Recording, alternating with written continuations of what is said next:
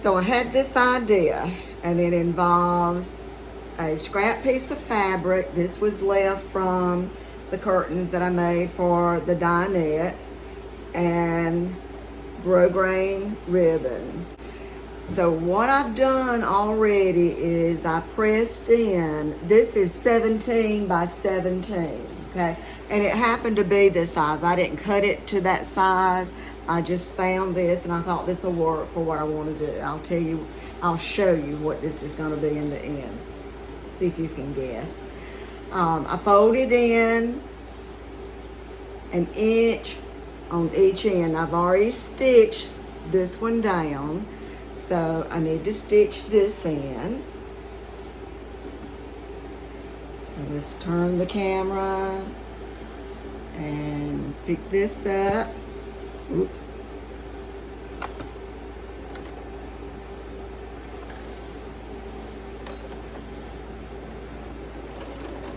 The back stitch, and again I folded this in an inch.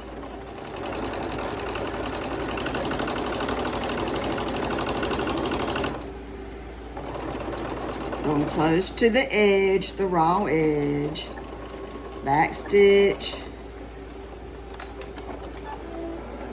Okay, all right, so I've got both ends stitched.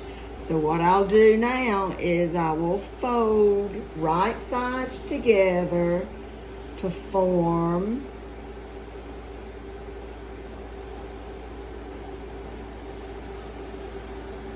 a cylinder shape, if you will, a rectangular shape.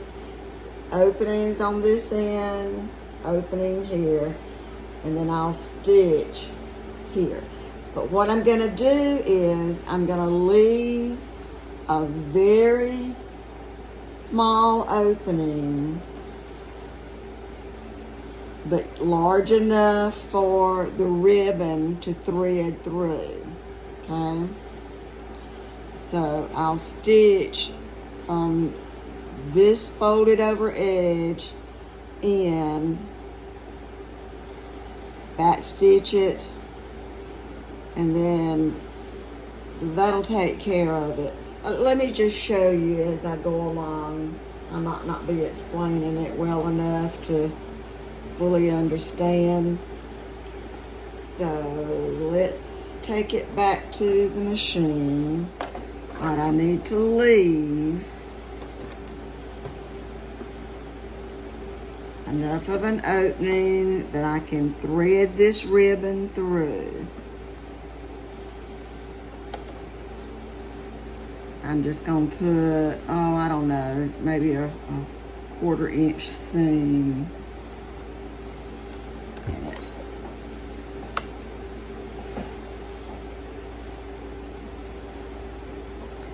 So about 3 or 4 stitches down, back tack, and then cut it. Come on down here. What I'll do is just pick up at the edge of the seam. Sew, back stitch, and then sew the rest of the seam. I'm gonna leave an opening on this end in the same way, do the exact same thing.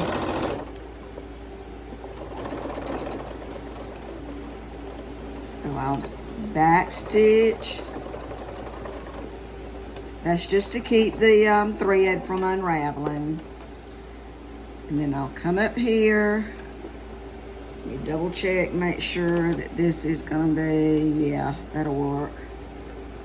I'll take a safety pin and put it on pin it to the end of that ribbon, and then push it through.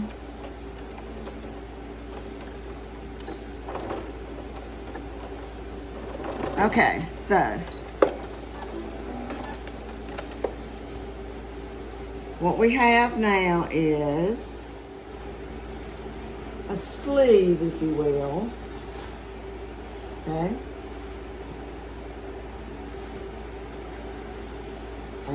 and it's got the opening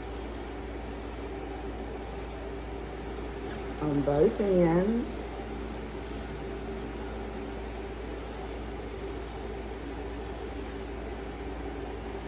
There's the opening there. All right. Any guesses as to what this is going to be? Put in the comments if you think you know. All right, I'm gonna put a safety pin on the end of the ribbon, push it through the tunnel, and then I'll be back with you. All right, what I've done, I took a 25-inch piece of grosgrain ribbon.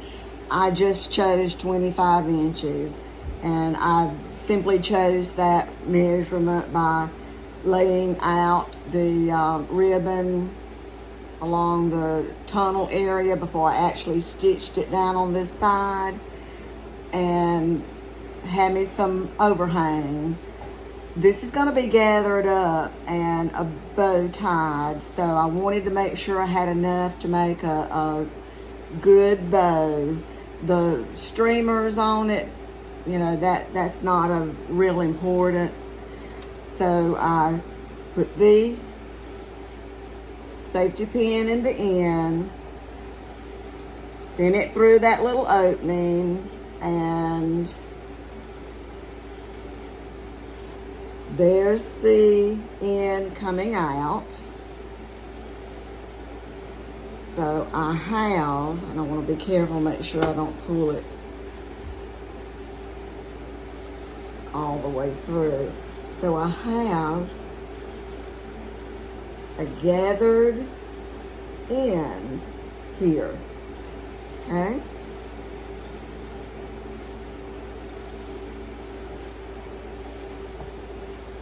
Turn it inside out.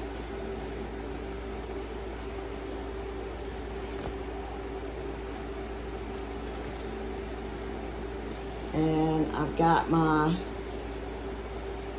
ends here. So I'll tie it.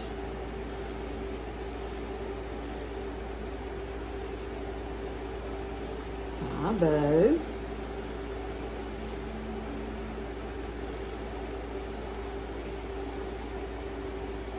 So I have one end tied off here. Any ideas yet what this is going to be? Leave it in the comments. All right, now I've got another end to deal with.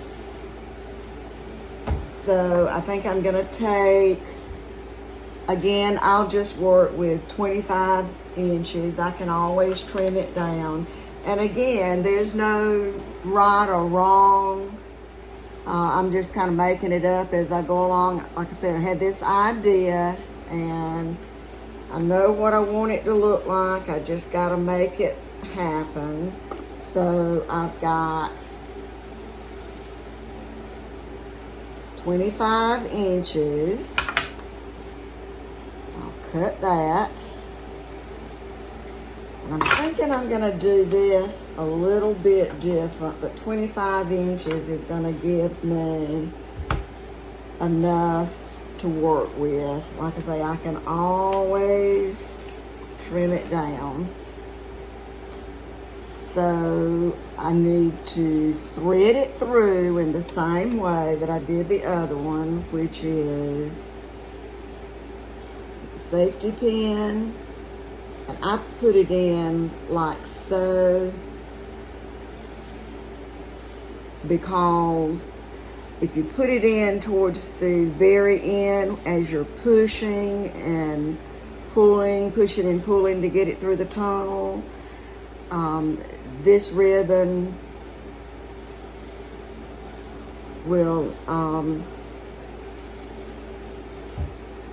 fray. That's the word. I couldn't think of the word. It'll fray, and your safety pin might come out, and so then you got to deal with getting a safety pin out of the tunnel, and that's not easy. Ask me how I know.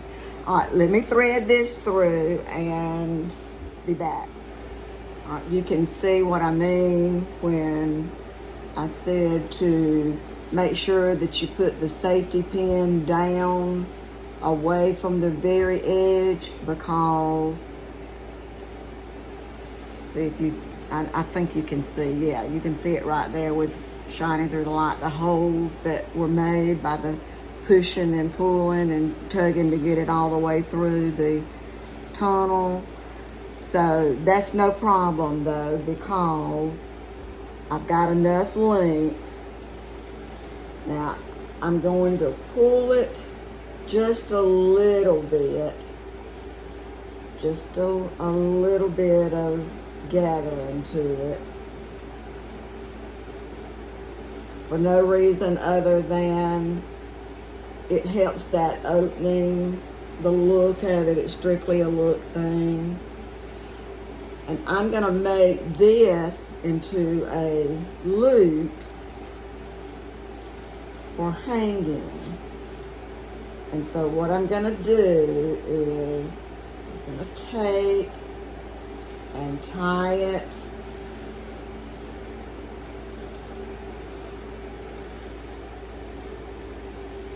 remember what I said earlier about my hands don't always work very easily.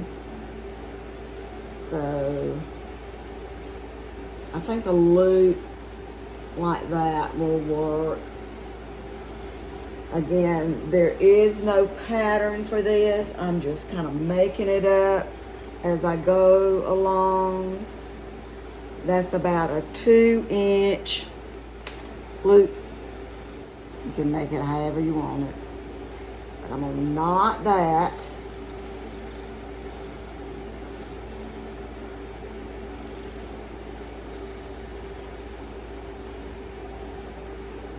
Tie it again, make another knot.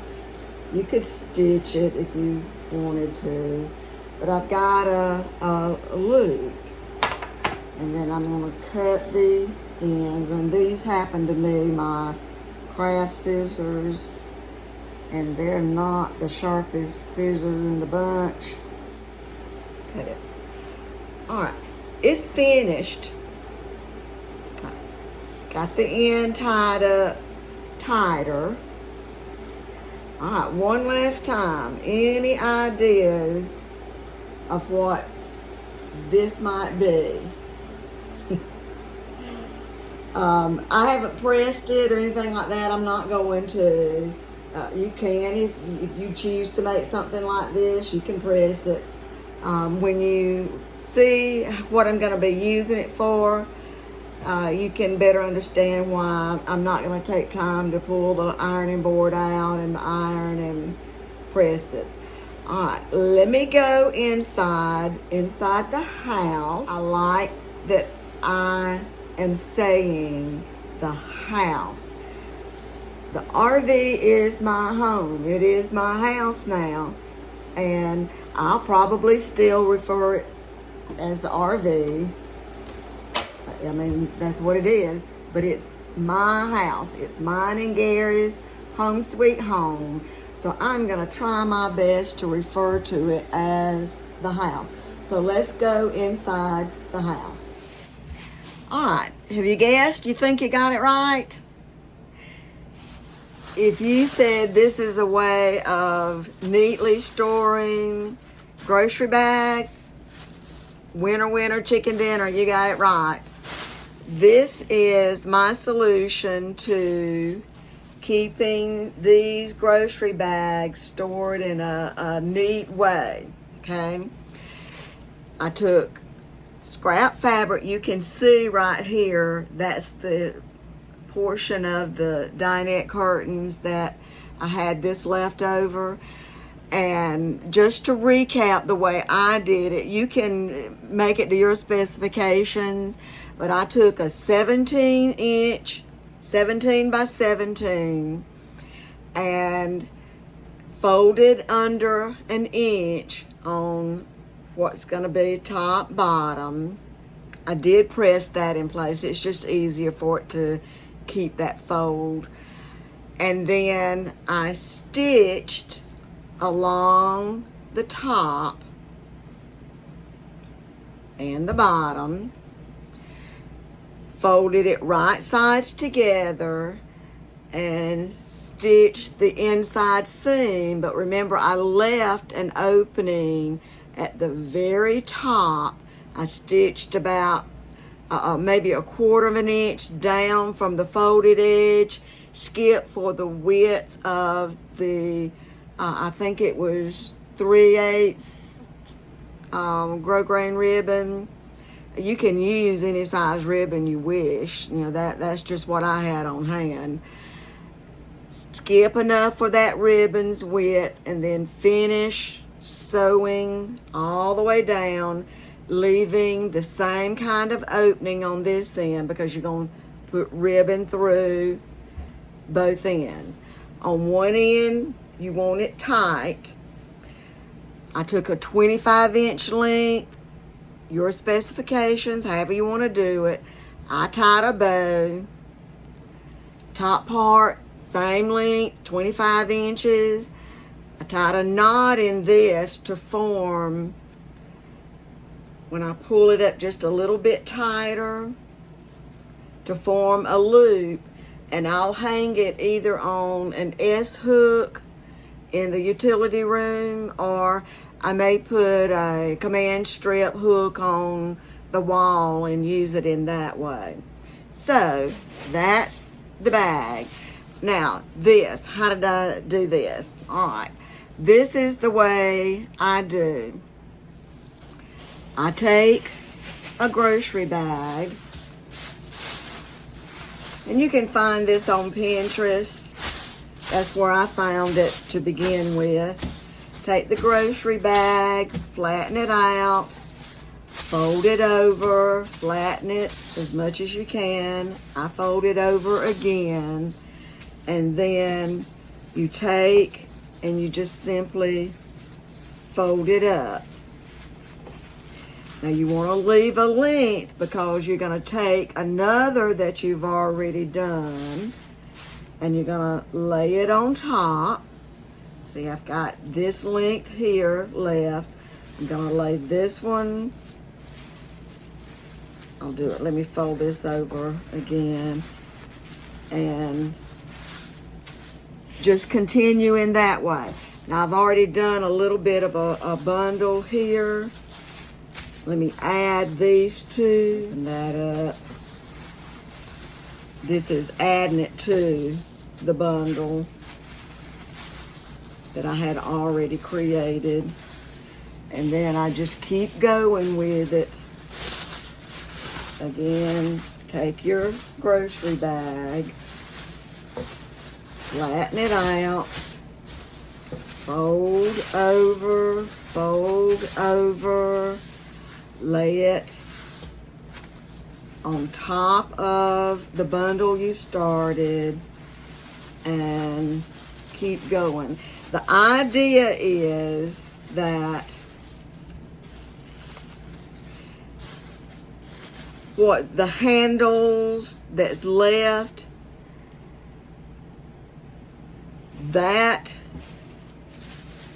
will protrude out, come out through that bottom. So I'll stick this in,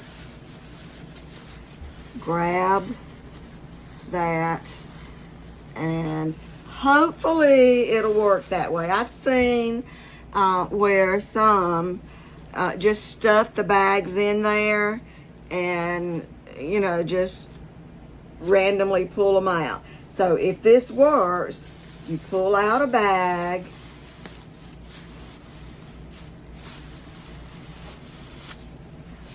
and then the handle of the next one can be accessed. You pull it out. So what I'm going to do is I'm going to make enough bundles. I'm not going to make it probably any bigger than what I just showed you, but I'm on the bundles in here. I'll put another one in and another one. I'll use up these bags and take it from there. Neat, isn't it? So here it is hanging. Got it on a S-hook. Probably what I'll do is, as I buy groceries and accumulate more bags, I'll just stuff them down in there, and you know, once I accumulate several, make another bundle, pull down the bottom here. Or really and truly, you could just stuff them in there and then reach in and grab out a bag as you go. That would probably be the more simple thing to do, the simplest thing to do. Either way, neat little project though, isn't it?